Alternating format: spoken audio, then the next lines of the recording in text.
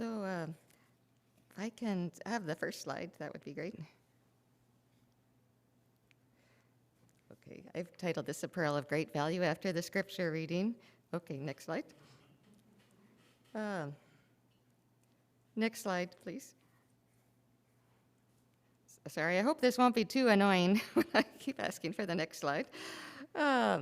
So I began working with refugees in 1982 in Thailand, where I met my husband, who had fled the Cambodian genocide. We married, and I became an immigration attorney, working in Seattle, then with Microsoft, and then for 20 years in Boise. In 1999, while still at Microsoft, I experienced a calling to do peace work in countries around the world. Shortly afterwards, I left my job, and I've been doing peace work with organizations, both religious and secular, ever since, along with working as an attorney. In 2012, I began working with many refugees from the small African country of Burundi. Some of them had serious mental health issues as a result of trauma. Next slide, please. In 2013, I went to a presentation in Boise about a trauma education program developed in Rwanda and Burundi called Healing, and it was developed by genocide survivors. And the title is, our name of the program is Healing and Rebuilding Our Communities, or HEROC. The foundation of HEROC is a 3-day workshop that brings together community members, sometimes from warring tribes or groups, to learn and share about trauma. Next slide. I was really impressed the most by HEROC's focus on how trauma impacts not only individuals, but their families and communities. In the workshop, we go over the symptoms of trauma, behavioral, emotional, cognitive, and physical, and how they affect individuals. Then we discuss how an individual grappling with all these symptoms can impact the family. We go to the back to that slide for a minute. So you've got an individual in the middle going through all these symptoms, and that naturally is going to affect the family and their household. The impact on the family can include things like marital problems, domestic violence, substance abuse, neglect of children, financial difficulties, etc. And then you've got a family going through all this turmoil, and that can in turn affect the community around them. The schools, the criminal justice system, healthcare system, neighborhood security, etc. So the good news is that this process can also work in the reverse. You know, if the community could support the individual for healing, and healing in that individual, that too can radiate outwards towards the family and towards the community.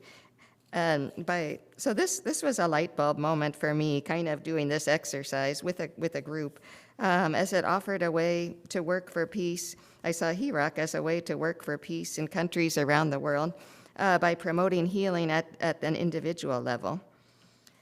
So I was so impressed with HEROC that I traveled to Rwanda in 2013 to become trained as a HEROC facilitator. When I was there, a fellow trainee from Congo wanted to introduce the HEROC program into South Kivu, DRC, in eastern Congo.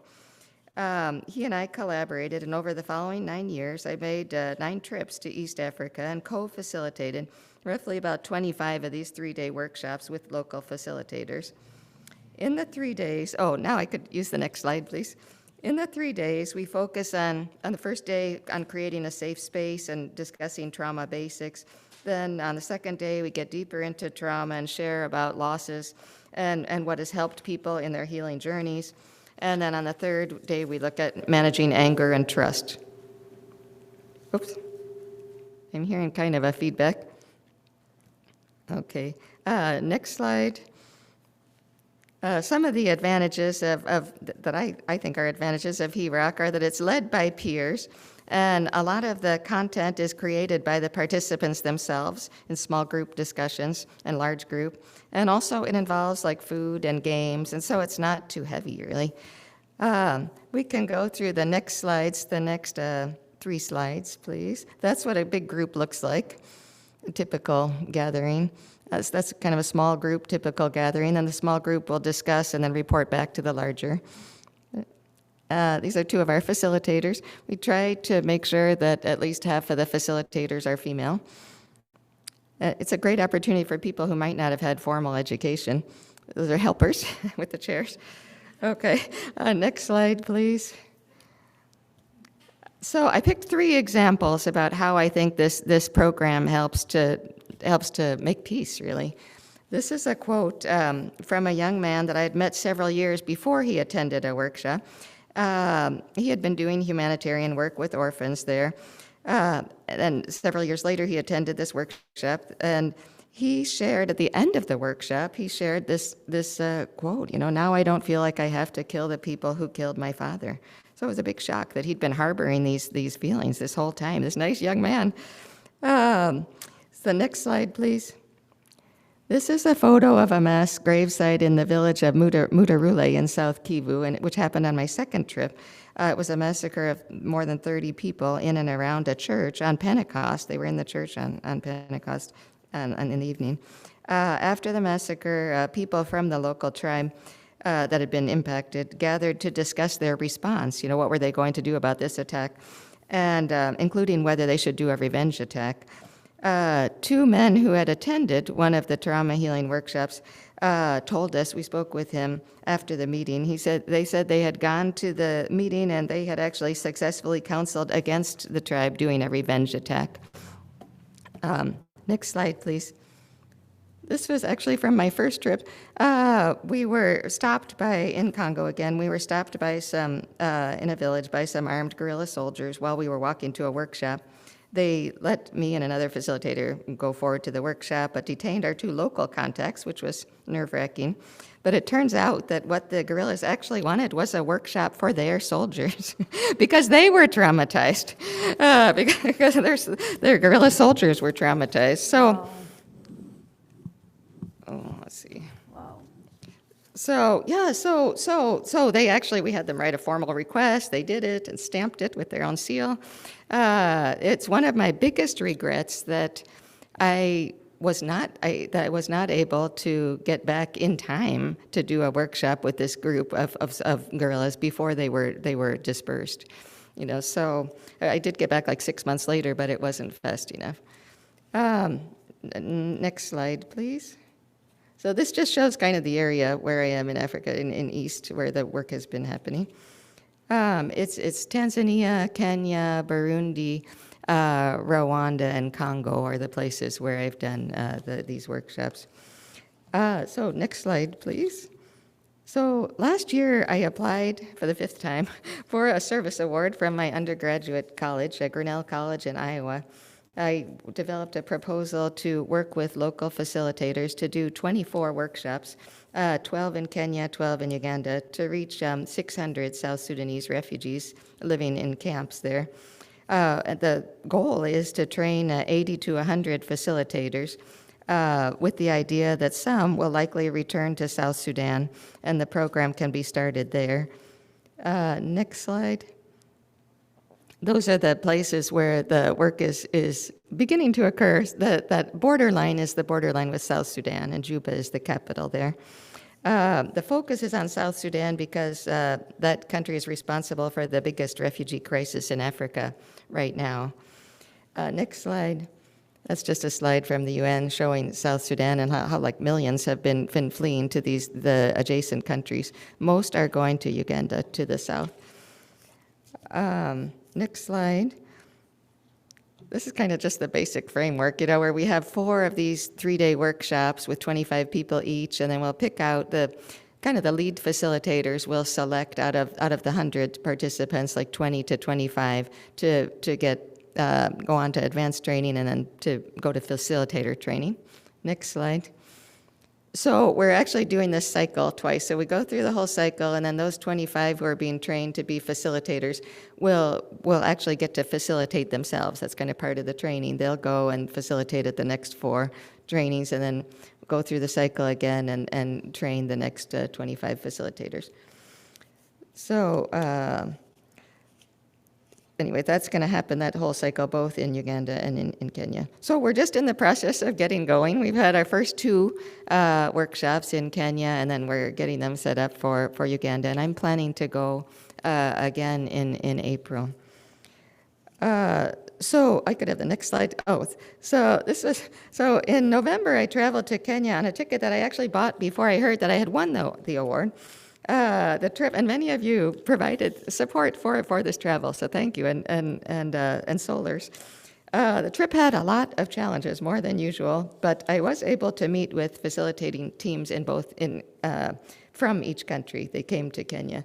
This is a group in Kenya. The two tall people on the end are South Sudanese interpreters. The two in the middle are Kenyan facilitators, and the guy in the white T-shirt is a Congolese high school teacher who helped me a lot. Unfortunately, the food and fuel prices have skyrocketed, in part because of the war in Ukraine. So we were only able to conduct 2 workshops instead of 4. Also, I wasn't able to get permission to enter the camp, so my co-facilitators had to facilitate without me. And my suitcase was lost, including with the solar lamps that people donated. But it was found. So they're there. They're being held. So thank you. No, really, if anything could go wrong, it did. On the positive side, I had a chance to learn a lot about the surrounding area and meet others from Kenya and elsewhere who are doing very interesting work. Next slide. So I went to get to learn more about the area around the camp. So that's actually a village. It's kind of hard to see. In Turkana County is where we are, and you can see how dry it is. The next slide. This is Grace, who's actually a Quaker missionary. So all of this is being done kind of through the Friends Peace Team and Friends Church. So this is Grace. She's a Quaker missionary who has started a garden in the middle of what looks like concrete, the ground is so hard. So her industriousness had a big impact on me. Next slide. Kind of shows where she's getting water from that little hose that's going out to a pump. Next slide. This is where she lives. She and her husband live there and sleep there out in the open. Next slide. This is me standing on a dry riverbed. So the river is dry. Wow. I mean, they've had drought for several years.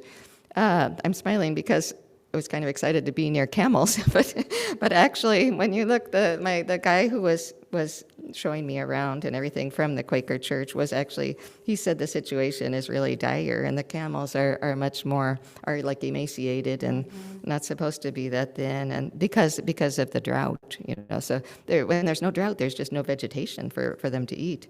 So many residents have lost their animals, which are their primary source of food and income and wealth.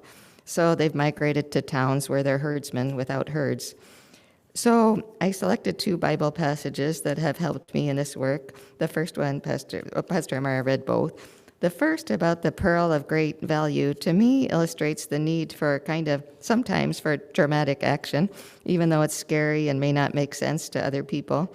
And I've had several times in my life where I felt I needed to make this kind of big scary leap or go all in on something I believed held great spiritual value. This has included the decision to invest so much time with the HEROC work, and also the related decision to move here to the Ground Zero Center for Nonviolent Action in Poulsbo, which allows me and my husband to live pretty much for minimal cost, so that I can devote more time to peace work, both here in the U.S. and also abroad. In return, I've received peace from the feeling that I'm doing my best to trust in God and do what I think I'm supposed to be doing. This verse also helps me to remember the great value of HEROC, which the program itself, which helps when we're slogging through and having challenges. I really believe this methodology helps people heal from traumatic experiences, and I really believe that helping people heal from trauma can help to bring about peace, true peace, not only in individuals, but in their families and in the communities. And then the stronger communities can also go back and support individuals who are in need of help, so it continues to benefit people. The second verse I chose was, unless God builds the house, those who build it labor in vain. As Christians, we're all called to do peace work of one type or another, as Pastor Amara mentioned. If our work is not done in love, it's in vain. So when I see unless God builds the house, I think of that as unless the house is built with love, the work is in vain. Something often overlooked is that building loving and respectful relations between peace workers and committee members may at the end of the day be more important than any of the services provided. This verse also reminds me that the work to be done is vast and that the work any of us are doing is just a tiny piece of the puzzle. This is described in the Archbishop Romero prayer by Father Ken Untener. I'm just quoting a couple of excerpts. The kingdom, we can see the last slide actually. Yeah, that's from Mama Grace's garden. The kingdom is not only beyond our efforts, it's even beyond our vision. We accomplish in our lifetime only a tiny fraction of the magnificent enterprise that is God's work. We plant the seeds that one day will grow. We water seeds that are already planted, knowing that they hold future promise. We lay foundations that will need further development. It may be incomplete, but it's a beginning, a step along the way, an opportunity for God's grace to enter and do the rest. Thank you.